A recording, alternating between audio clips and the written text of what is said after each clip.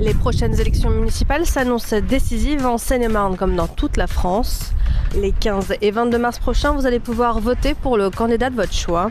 Actuellement, je suis en compagnie de Arnaud Brunet, qui est donc tête de liste de l'équipe Pomponne Autrement, maire sortant sur la commune de Pomponne et donc candidat pour les prochaines élections municipales.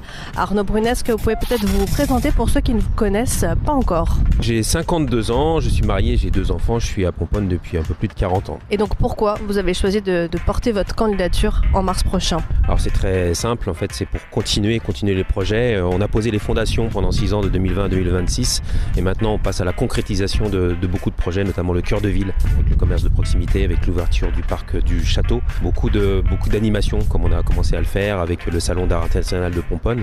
On sera à sa 4e édition cette année en avril, donc pour pouvoir continuer tout ça, parce qu'on a encore besoin de tous les Pomponnais pour faire émerger encore de nouvelles idées, notamment sur la base des concertations et des consultations qu'on sera amené à faire auprès d'eux. Vous êtes donc tête de liste de l'équipe Pomponne Autrement. Est-ce que vous pouvez peut-être nous parler de cette équipe, des hommes et des femmes qui la composent et nous dire si vous porterez une étiquette le 15 mars prochain? Alors je suis tête de liste d'une liste qui est sans étiquette, composée effectivement de 29 hommes et femmes pomponnais, une liste qui a été renouvelée par moitié, avec évidemment des gens qui continuent avec nous et puis des gens qui nous ont contactés en disant effectivement qu'on avait fait du bon boulot selon eux et qu'il était important, ils avaient du temps à nous consacrer, donc ça c'était un gage, c'était très encourageant. Donc on les a reçus. C'est une nouvelle équipe qui est encore plus motivée que la première parce que maintenant on sait où on va et les bases sont posées et on peut aller vraiment encore plus loin que lors de la première mandature.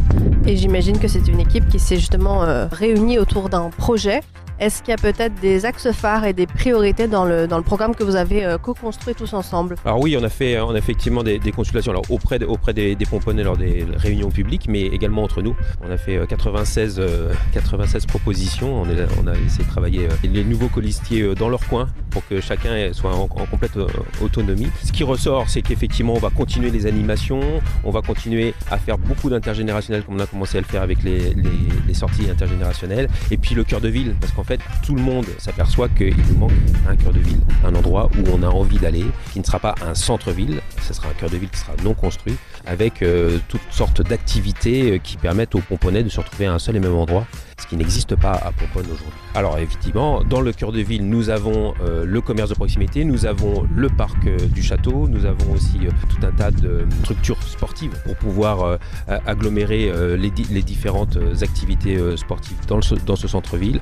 Nous avons aussi à cœur de continuer à entretenir notre patrimoine, parce que ça c'est important. Je pense que les salles Simon Arnaud le nécessitent. La partie élémentaire, après avoir dépensé 3,7 millions dans l'école maternelle, maintenant nous sommes en train de regarder un plan de financement pour rénover la partie élémentaire qui est, on va dire, défraîchie et qui nécessiterait une rénovation également thermique pour éviter les dépenses énergétiques trop importantes. Est-ce que dans ce programme, il y a une proposition majeure qui vous tient particulièrement à cœur? Je crois que tout se résume dans le cœur de ville, notamment parce que ça peut fédérer véritablement de la cohésion sociale. Les Pomponnais ont besoin de se parler, il y a beaucoup de quartiers qui sont excentrés, on a besoin de se parler à un seul et même endroit, que ce soit autour d'un commerce de proximité, que ce soit autour des food trucks, que ce soit autour d'animation, que ce soit autour d'un plan de végétalisation qu'on va refaire, le parc du château. Le parc du château, c'est non seulement un parc qui sera ouvert toute l'année à tous les Pomponnais, mais au public en général, donc vraiment accessible à tout le monde, qui permettra justement de réunir les quartiers, en l'occurrence le quartier des Cornouillers avec la rue de Paris, puisque l'avantage c'est qu'on pourra aller avec une circulation douce des Cornouillers jusqu'au terrain de tennis et au stade des Arcades, et ça c'est primordial. C'est-à-dire que si on ferme les yeux 30 secondes, dans 5 ans, on aura un Pomponne avec un cœur de ville vert, où les Pomponnais pourront se réunir, un petit peu comme le Rantilly du Nord, comme je me plais à le dire, c'est-à-dire qu'on pourra faire du pique-nique, faire du volley, faire des concours de pêche, des courses de baignoire, que sais-je, du ciné en plein air. On voit effectivement que ce sera un dispositif tout à fait approprié pour faire tout un tas d'activités, et ça c'est essentiel pour nous Pomponnais. On a véritablement besoin de ça dans une ville de 4200 habitants qui a besoin de cohésion. Il y aura probablement en tout cas un seul tour à Pomponne, donc les Pomponnais et les Pomponnaises vont devoir aller voter le 15 mars prochain Pourquoi doivent-ils mettre justement un bulletin dans l'urne au nom de l'équipe Pomponne Autrement ? Eh bien, ils doivent mettre un bulletin dans l'urne parce qu'on est l'équipe qui est la plus soudée autour d'un projet qui permet toute la cohésion autour des Pomponnais. On est la seule équipe qui avons pendant 6 ans consulté les Pomponnais. On leur a posé des questions. Il est arrivé qu'à l'issue des consultations, leurs idées l'emportent sur nos propres idées. Donc on a pu être challengés nous-mêmes sur nos idées, nous d'élus. Et ça, c'est très important. C'est-à-dire qu'on est vraiment, la démocratie participative, elle a une réalité à Pomponne. Elle constitue des projets, elle permet de fédérer les gens et également de faire une ville tout à fait appropriée à ce qu'on vit à Pomponne. Vous étiez élu d'opposition en 2014, élu maire ensuite en 2020.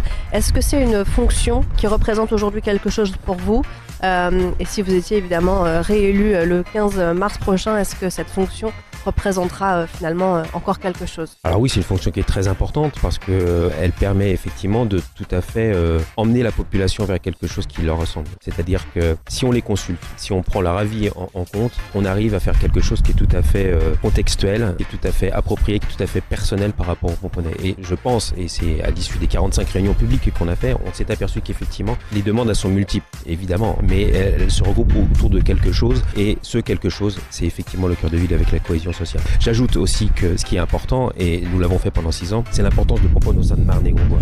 C'est-à-dire qu'aujourd'hui, Marne-et-Gondoire, qui peut paraître comme ça un organisme un peu isolé de nos concitoyens, c'est tout à fait important. Je rappelle qu'au-delà de la gestion ce qui peut être le plus proche de nos concitoyens, à savoir la culture au sens très large avec le réseau de médiathèques et notamment les centres aquatiques, c'est plein d'autres choses. Et aujourd'hui, sans Marne-et-Gondoire, on ne pourrait pas faire autant de choses. Donc j'ajoute ce point-là malgré tout, c'est que agir au sein de Marne-et-Gondoire avec un Pomponne qui est véritablement représenté au sein de Marne-et-Gondoire, ça a toute son importance et on le verra notamment dans l'ouverture du parc du château. Merci beaucoup Arnaud Brunet d'avoir été avec nous. Je le rappelle, donc vous êtes candidat pour les élections municipales sur la commune de Pomponne avec l'équipe, donc vous êtes la tête de liste de l'équipe Pomponne Autrement. Nous on encourage évidemment tous ceux qui nous écoutent à faire entendre leur voix les 15 et 22 mars prochains.